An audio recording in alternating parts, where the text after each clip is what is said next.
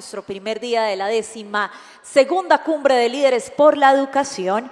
Hoy invitamos a Albert Vilalta, del equipo didáctico de Innovamat, doctor en didáctica de las matemáticas de la Universidad Autónoma de Barcelona, quien nos mostrará una conferencia cómo la narrativa y la creatividad pueden hacer de las matemáticas un lenguaje fascinante.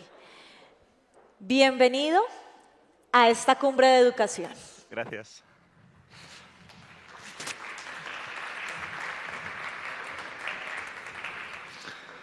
A ver, probando. ¿Se me escucha bien? Bueno. ¿Cómo están? ¿Bien? Me alegro. Bueno, a ver si ya se ve.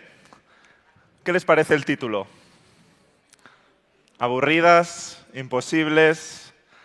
Y a veces como maestros llegamos a fracasar cuando enseñamos matemáticas. Bien, yo les traigo una charla que va a ser bastante interactiva, así que vamos a hacer un poco de matemáticas en un momento. Y vamos a intentar reconfigurar este título. Antes que nada, quería agradecer a Semana por la invitación, a todo el equipo que hace posible un evento de este calibre, y al equipo técnico, que también los he visitado hace un momento. Me han puesto un micro que me va mucho mejor para hablar a mí, así que muy agradecido.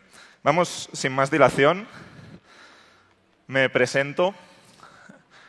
Yo era ingeniero y hubo un día que dejé de serlo. Y me reconvertí, a pesar de las recomendaciones de mis padres en contra, me reconvertí en profesor, en maestro.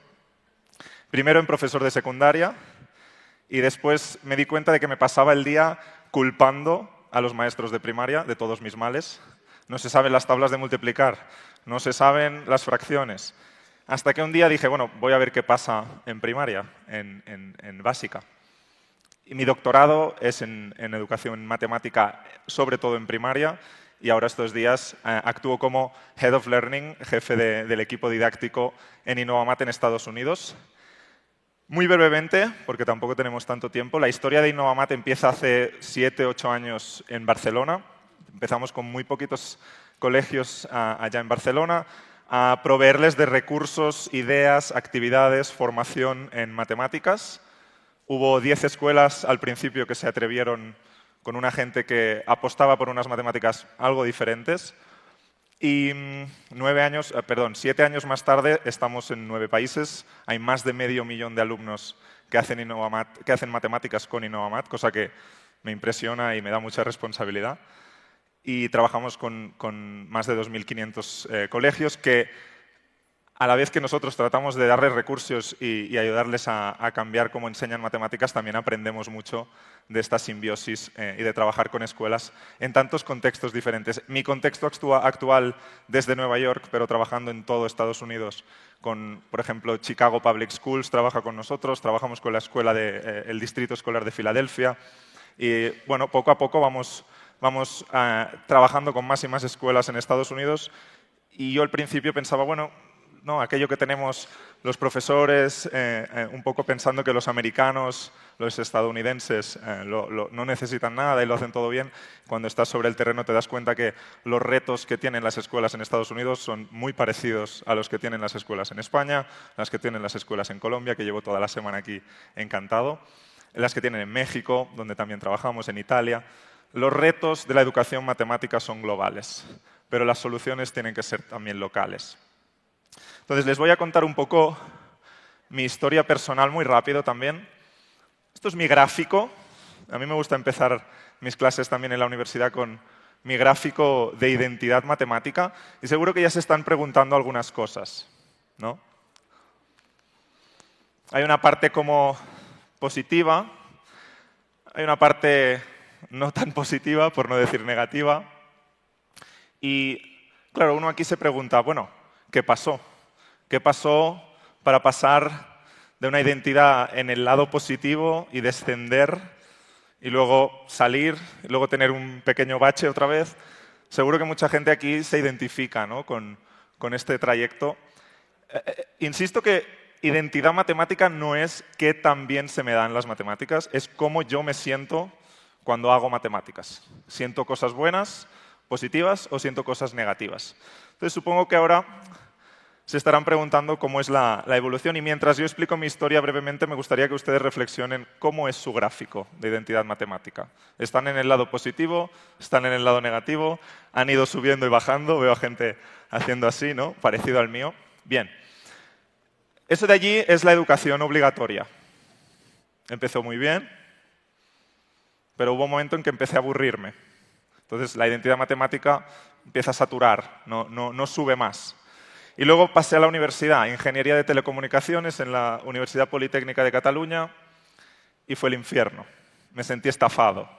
¿Cómo puede ser que yo que sacaba 10 en matemáticas, de repente no haya sacado más de un 5 en cálculo 1, en álgebra o en ecuaciones diferenciales? Me sentí estafado.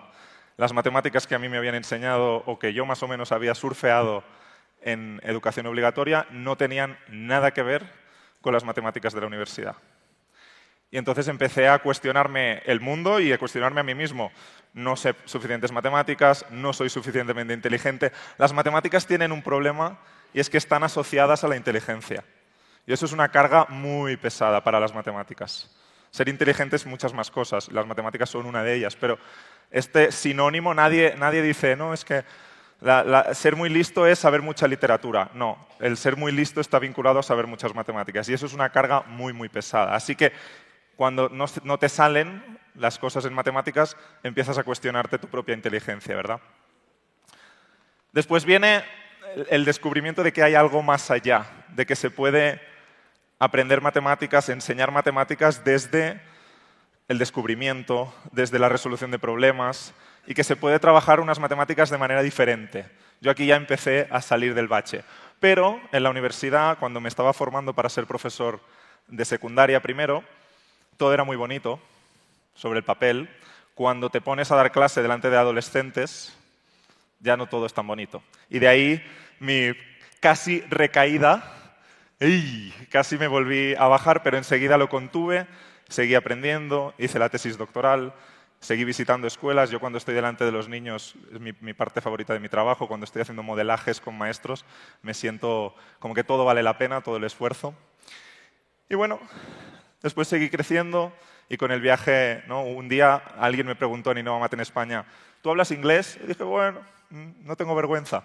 Pues para Estados Unidos, a ver qué pasa. Y esta es mi historia hasta hoy. Espero que puedan reflexionar. Y mi título de la ponencia, que es Ni aburridas ni difíciles y enseñar sin fracasar, creo que viene de estos 3 puntos en mi historia. Aburridas, imposibles, difíciles, imposibles, y el fracaso ya no como alumno, sino como docente. Les invito a reflexionar sobre su gráfico de identidad matemática. Yo en mis clases de magisterio, el primer día, pido a todos los alumnos que dibujen su gráfico y hablo con ellos, porque mucha gente va a magisterio, creo que en Colombia es lo mismo, para evitar las matemáticas. Entonces, les digo, bueno, pues yo soy el profesor de matemáticas de este año y los alumnos, pues al principio no les caigo muy bien, pero a la larga, pues su gráfico va mejorando. Incluso con los alumnos y con los niños, ir monitoreando la identidad matemática con ellos, que a su vez es una actividad de matemáticas porque estamos haciendo un gráfico, es también algo muy positivo porque te permite reflexionar sobre tus metaprocesos de aprendizaje. Y entonces ahora les voy a leer un pequeño cuento. Así que les voy a pedir, me disculpo por sacar el móvil, que es donde lo tengo escrito, no es mío, es un resumen de un cuento conocido, y les pido, sé que es mucho pedir a esta hora, no se duerman, pero que cierren los ojos, ¿sí? Porque así van a escuchar mi voz y se van a imaginar el cuento. ¿Tenemos un trato? Por favor, cierren los ojos. Un músico está teniendo una pesadilla. En su sueño se encuentra en una sociedad donde la educación musical ha sido declarada obligatoria. Estamos ayudando a nuestros estudiantes a ser más competitivos en un mundo cada vez más repleto de sonido, dicen muchos profesores. Ya que los músicos son conocidos por anotar sus ideas en partituras, estos extraños puntos negros y rayas deben constituir el lenguaje de la música. Es, por tanto, imperativo que los estudiantes adquieran fluidez en este lenguaje. Sería ridículo esperar que un niño cante una canción o toque un instrumento sin tener antes los adecuados fundamentos en teoría y notación musical.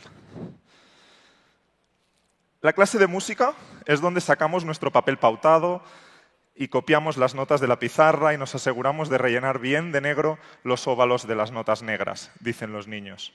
Una vez salió un problema con una escala cromática y lo hice bien, pero el profesor me puso un 0 por haber dibujado algunas notas al revés. En los cursos superiores, la presión aumenta. Hay que memorizar las escalas, modos y compases para los exámenes. Cantar una canción, tocar un instrumento o componer una pieza original son actividades reservadas solo para la universidad, incluso dignas de posgrado. Mientras tanto, los niños siguen copiando símbolos en silencio, sin escuchar nunca la música que representa. Despertándose entre sudores fríos, el músico se da cuenta de que, gracias sean dadas, todo era un sueño perverso. ¡Qué absurdo!, se reafirma. Ninguna sociedad reduciría un arte tan hermoso y cargado de sentido como la música a un estado tan automático y trivial. Ninguna cultura sería tan cruel con sus hijos como para arrebatarles un medio de expresión humana tan natural y satisfactorio. Y sin embargo, eso es exactamente lo que hacemos con las matemáticas. Ya les invito a abrir los ojos. Bueno, este cuento, que es un cuento bastante más largo, de Paul Lockhart, un matemático de California, que se llama El lamento de un matemático. Empieza así, es bastante más largo, es un ensayo, y pone varios ejemplos del estilo del que acabo de describir, en el que al lector se le despierta esta indignación, no sé si ustedes la han sentido, de a ver, ¿cómo vamos a enseñar música sin poner música, sin cantar, sin bailar? Bueno, pues esto es lo que en general, no digo todo el mundo, pero en general se hace con las matemáticas. Las hemos desprovisto de cualquier arte, de cualquier creatividad, de cualquier búsqueda de patrones, conjeturas, razonamientos. Las hemos limitado a procedimientos, machaque, sumas, restas, multiplicaciones, divisiones, como si enseñáramos música solo a partir del lenguaje musical. Bueno, con esta reflexión encaro ya los 3 puntos para desmontar o tratar de darles herramientas a algunas ideas humildemente para desmontar el aburrimiento, la imposibilidad y el fracaso docente. Empezamos con ni aburridas. Bueno, he quitado las fuentes para que no se vea, pero ya sabemos qué tipo de fichas son estas. Y ahora lo que les voy a plantear es, bueno, queremos que nuestros niños practiquen sumas, practiquen restas. Eso está fuera de debate, fuera de cuestión. Yo quiero que mis niños sean fluidos, tengan fluidez aritmética y sepan las tablas de multiplicar de memoria y sepan sumar y restar. Perfecto. Pero ¿cómo lo enseño? ¿Cómo lo practico? ¿Con una ficha con 27 apartados repetitivos desprovistos de cualquier magia? ¿O puedo hacerlo diferente? Y aquí me fijo en lo que dicen los matemáticos al respecto. Vamos a ver qué dicen los expertos. La gente que hace matemáticas, ¿cómo explica su propia profesión? Pues tenemos a Hardy, uno de los mejores matemáticos del siglo XIX-XX. Un matemático, como un pintor o un poeta, es un creador de patrones. Si nuestros patrones son más permanentes, esos que están hechos con ideas. Después tenemos a Sofía Kovalevskaya, la primera mujer profesora de universidad, profesora de matemáticas, una matemática rusa, que dice, es imposible ser matemático sin ser poeta en el alma. Qué bonito. Y luego Ian Stewart, otro matemático británico, que dice, las matemáticas son la ciencia de los patrones y la naturaleza aprovecha prácticamente todos los patrones que existen. Contrasta mucho esta visión de las matemáticas de los matemáticos con la visión que tendríamos si saliéramos a hacer una entrevista a las primeras 5 personas que encontráramos por la calle. ¿Por qué está desconectado lo que entienden los matemáticos que se dedican a ello y lo que piensa la sociedad? Pues en parte por las fichas.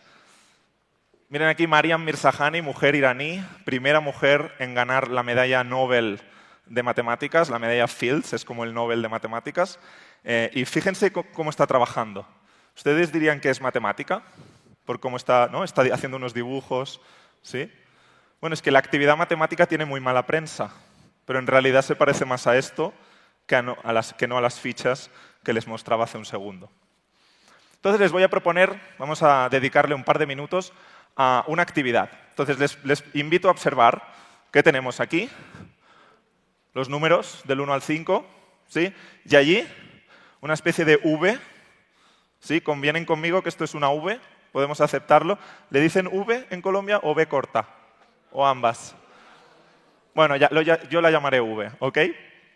Entonces, El trabajo que les invito a hacer ahora, les doy 2 minutos para que con sus libretas, he comprobado que en la bolsa que les daban del evento había libretas, tomen un momento papel y bolígrafo e intenten colocar los números del 1 al 5 en esa V de manera que ambos brazos de la V sumen lo mismo.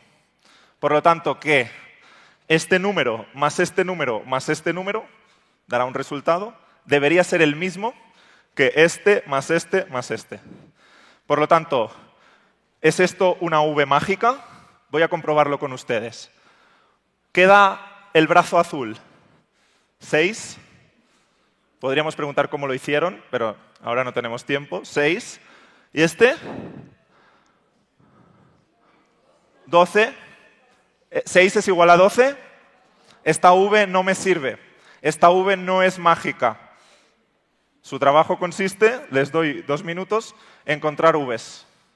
Vamos allá. Vs mágicas.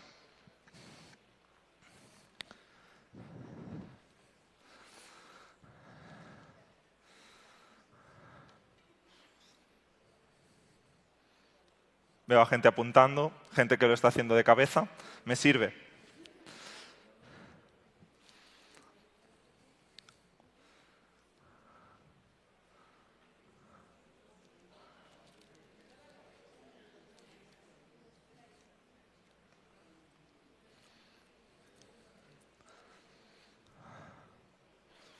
Si alguien encuentra una V, puede levantar la mano y mis compañeras de Innovamat se van a acercar, si es que hay algún micrófono, a ver si me convencen con sus Vs.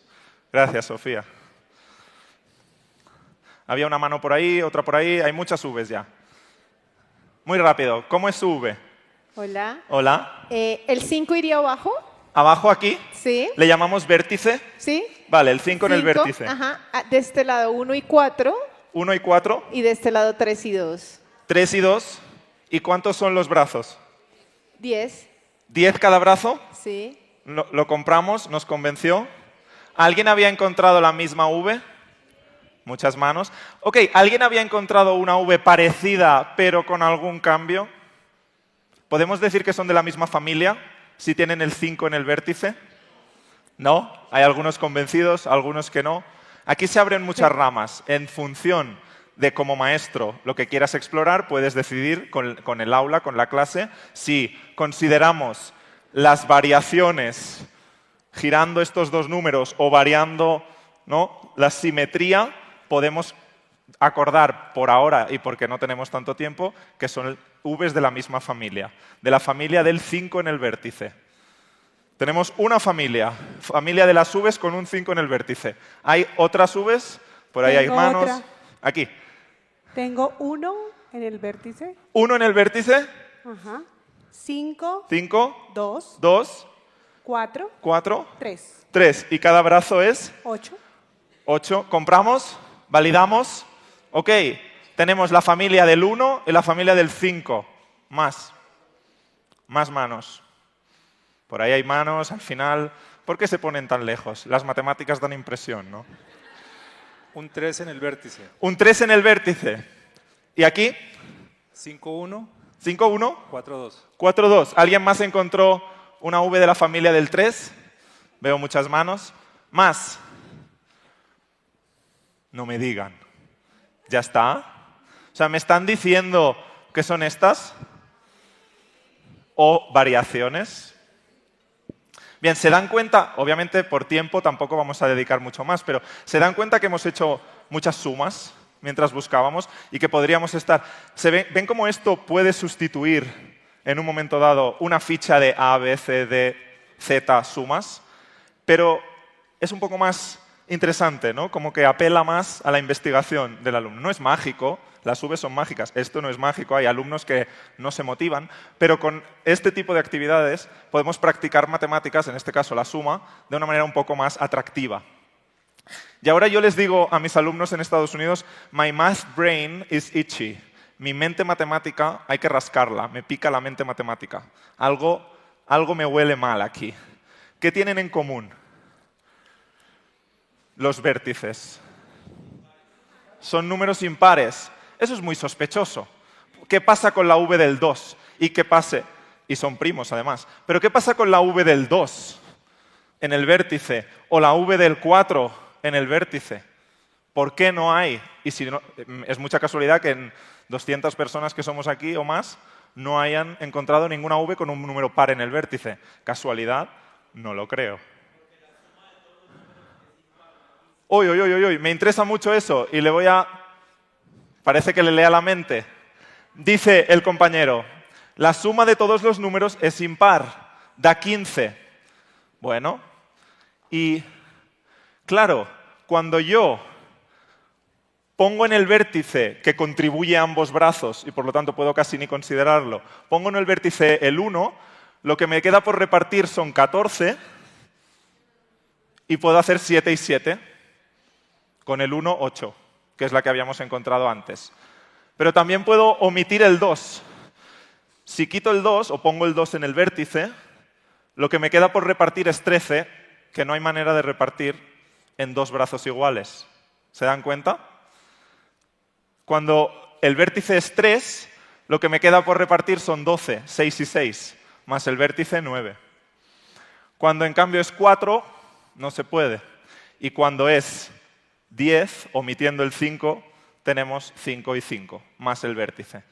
Números pares, números impares, patrones. Estas son habilidades que van más allá del hecho de que estemos sumando.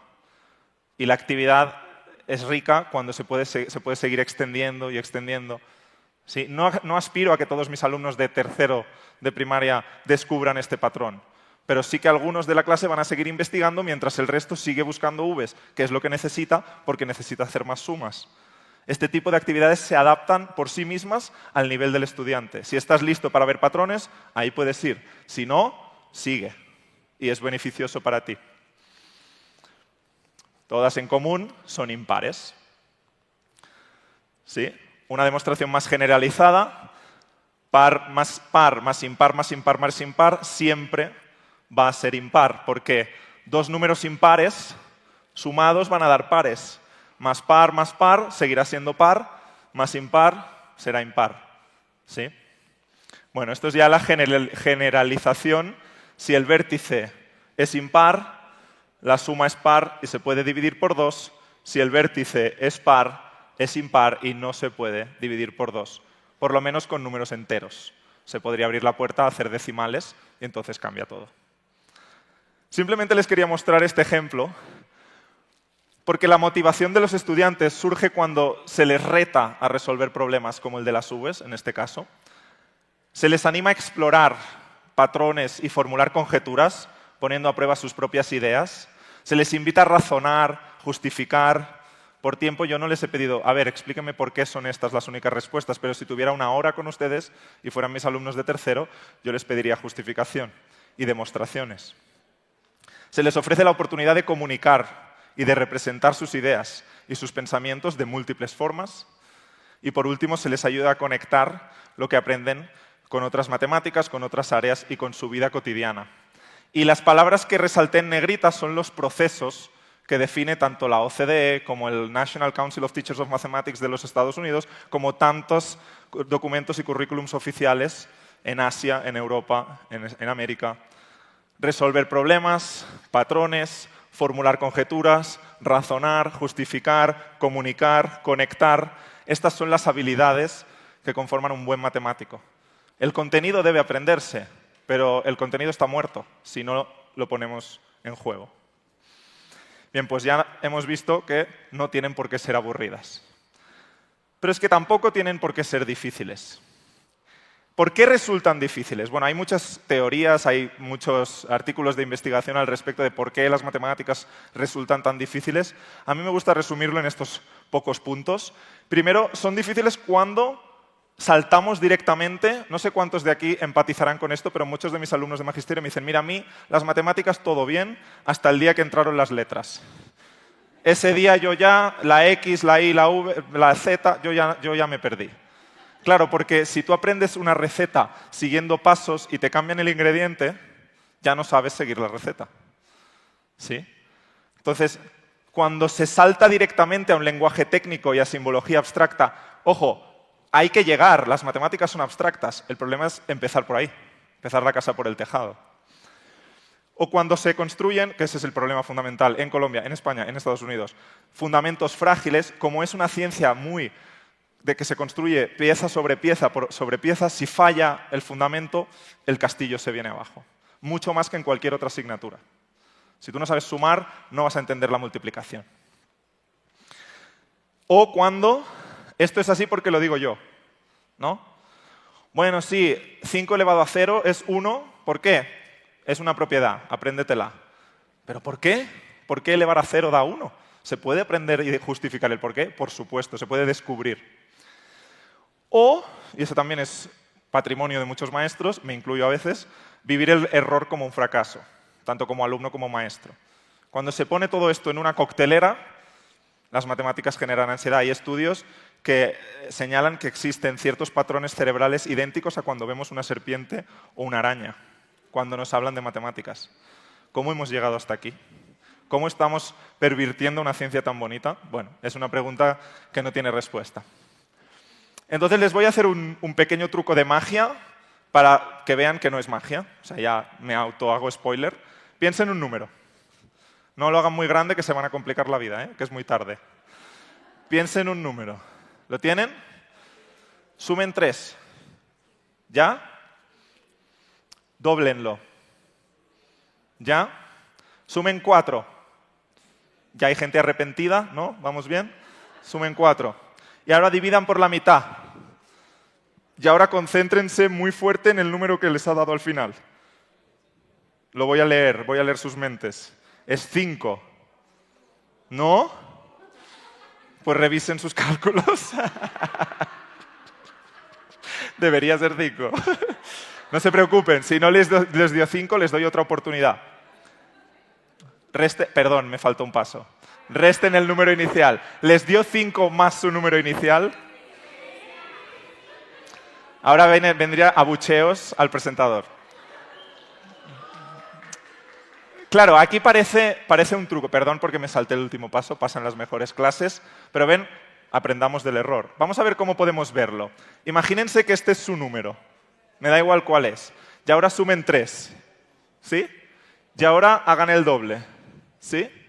Y ahora sumen 4. ¿Siguen la representación? ¿Sí? Y ahora dividan por la mitad. Y ahora hagan el paso bien en vez de hacerlo como lo hago yo. Resten el número inicial y queda 5. ¿Sí?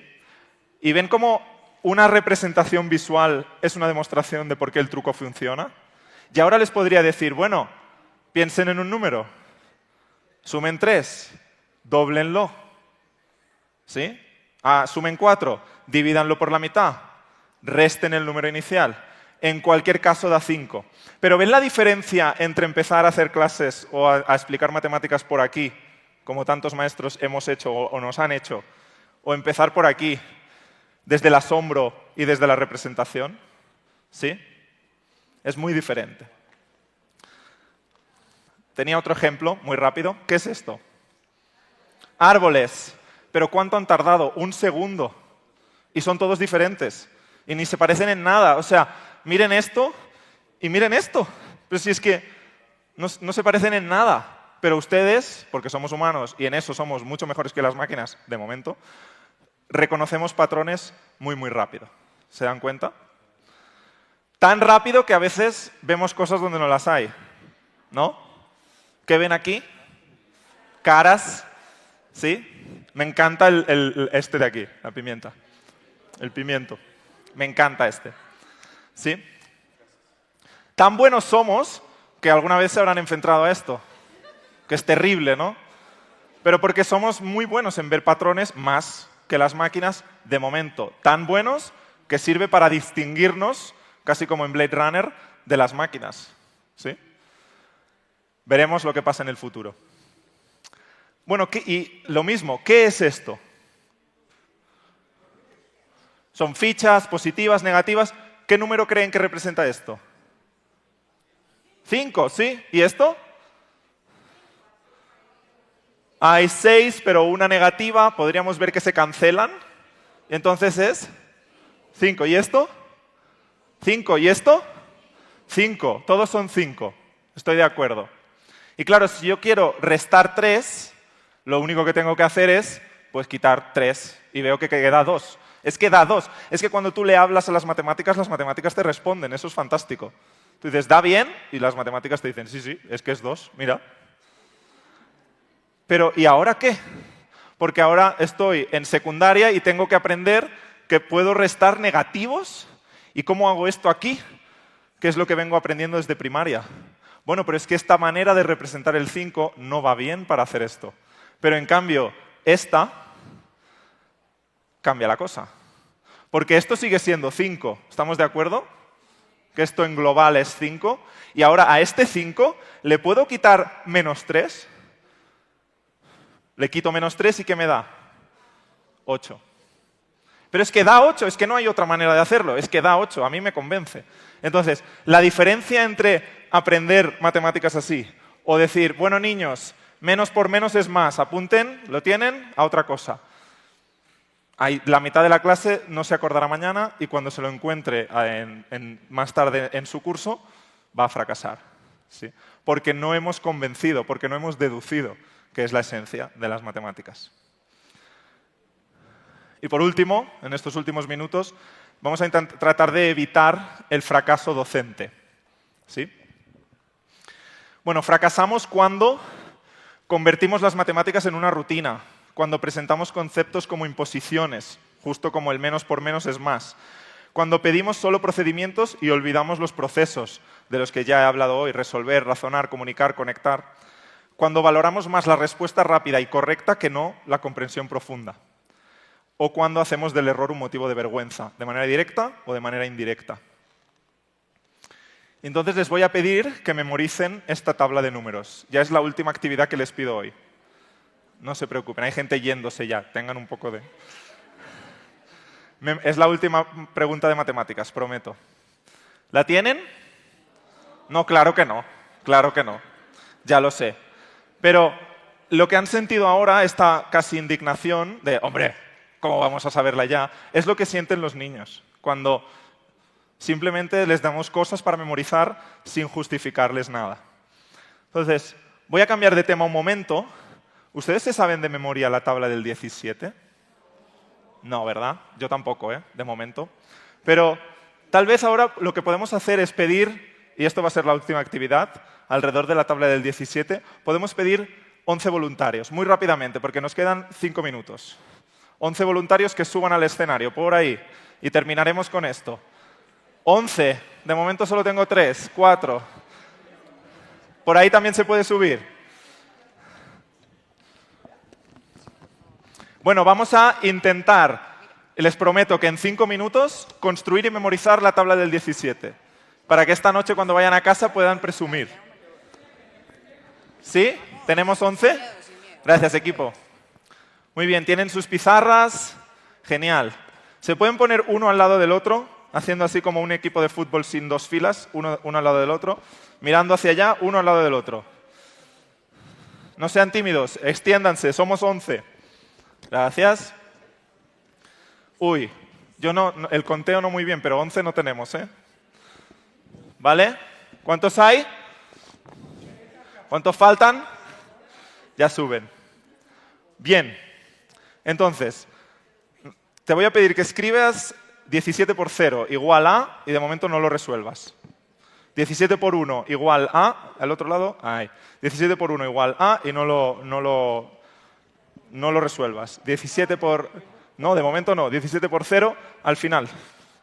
Porque tenemos el 17 por 0, 17 por 1, 17 por 2, 17 por 3, 17 por 4, 5, 6, 7, 8, 9. Y nos faltaría un 17 por 10. Pero bueno, de momento no vamos a obligar a nadie a subir. Vale.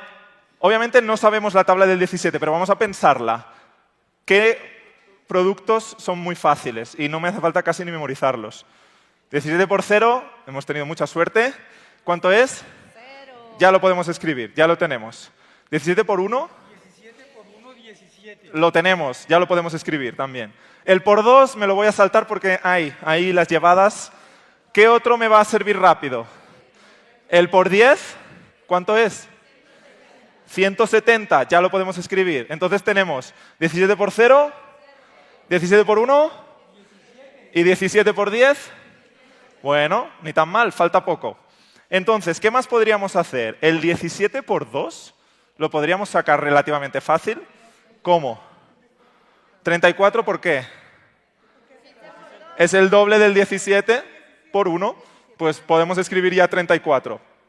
Y automáticamente a la que tenemos el 17 por 2, ¿podríamos tener el 17 por 4? Porque 34, hacer el doble, has tenido suerte, 68, ya lo podemos escribir. 17 por 4, 68. ¿Qué más podríamos saber? ¿Por 8? ¿Haciendo el doble del 68? ¿Sí? ¿Podemos hacer el doble del 68 fácil? ¿Sí? ¿Cómo lo hacemos? Sería... Yo lo que hago es 70 más 70 menos 4. 68 más 68, muy difícil. 70 más 70 menos 4. ¿Me siguen? ¿Y cuánto es 70 más 70 menos 4? 136. ¿Dónde está? Aquí lo tenemos. 17 por 8, 136. Vamos a repasar una vez más. 17 por 0, 17 por 1, 17 por 2, 17 por 3 no lo sé, 17 por 4, 68. Pero un momento. ¿Puedo restarle 17 fácil al 68? ¿Cuánto es? No, 51. Apuntamos. 17 por 3, 51. ¿Se dan cuenta que es más fácil restar 17 al 68 que sumar 17 al 34? ¿Por qué? Porque no hay llevadas. Por eso me lo salté. Pero ahora ya lo tenemos. 0, 17, 34, 51, 68. No lo sé. No lo sé. No lo sé. 136. No lo sé. Y 170. Vamos bien. ¿Quién nos falta? Nos falta el por 5. Aquí. 17 por 5. Teníamos al lado el 68. A ver, ¿el 17 por 3 cuánto era? 51. ¿Y el 17 por 2? ¿Y 34 más 51? 85. Entonces eso es el por 5, porque si el por 3 y el por 2 juntos hacen el por 5. ¿Me siguen? El por 3 y el por 2 juntos hacen el por 5. Por lo tanto, 51 y 34, 85. Ya lo tenemos. Y tenemos el 51, que era el por 3, lo puedo triplicar fácil. Y lo puedo doblar fácil, porque es 51. ¿Sí? ¿El doble de 51? O sea que 17 por 3, 51, 17 por 6, que es el doble, 102. Y 17 por 9, que es el triple de 51, 153. ¿Quién nos falta? ¿Y quién eres? El 17 por 7, siempre el 7. Y con todo lo que hemos aprendido, ¿de dónde lo sacamos? ¿Restando de quién? ¿Del 8? ¿Cuánto era el 17 por 8? 136. ¿Le podemos restar fácil 17? Está con llevadas, no me gusta. ¿Alguna manera mejor? ¿Podríamos hacer el 3 y el 4? Sumando el por 3 y sumando el por 4 nos da el por 7. ¿Me siguen? 17 por 3, 51. 17 por 4, 68. 51 más 68. 119. ¿Lo tenemos? Ahora hagan el favor de mostrarlo al público, a pesar de que lo han escrito muy pequeñito. Y vamos a repasarla y con esto terminamos. A ver, 17 por 0, 0. 17 por 1, 17. 17 por 2, 34. 17 por 3, 51. 17 por 4, 17 por 5, 17 por 6, 17 por 7, 119 que ha costado, por eso me acuerdo. 17 por 8, 17 por 9 y 17 por 10. ¡Bravo! Gracias, ya se pueden volver. Gracias. Muchas gracias. Bueno, aquí estaban, por si alguien se equivocaba, la tenía la chuleta aquí. Y que ahora cuando les digo memoricen esta tabla de números, ¿qué ven?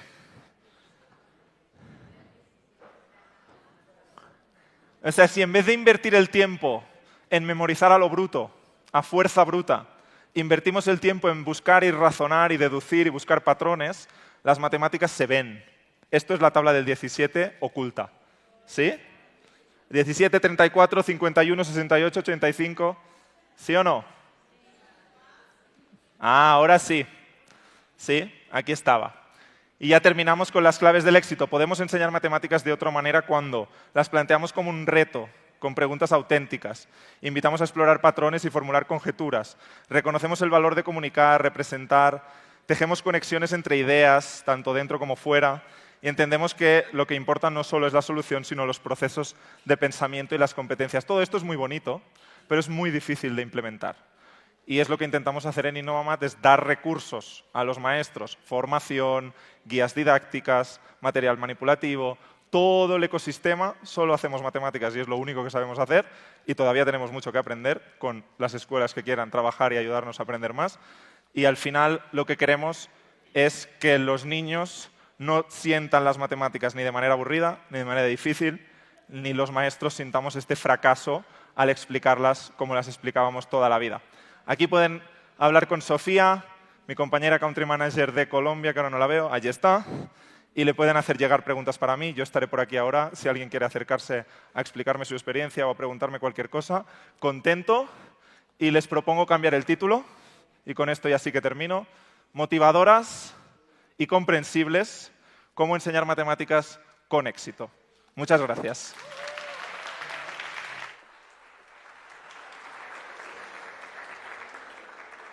Bueno, y nosotros agradecemos a Albert Vilalta por enseñarnos estas matemáticas de forma tan didáctica y de esta manera damos por finalizada esta primera parte de esta 12ª Cumbre de Líderes por la Educación con más de 57.500 conectados durante toda esta jornada. Agradecemos a Foro Semana y Semana Educación.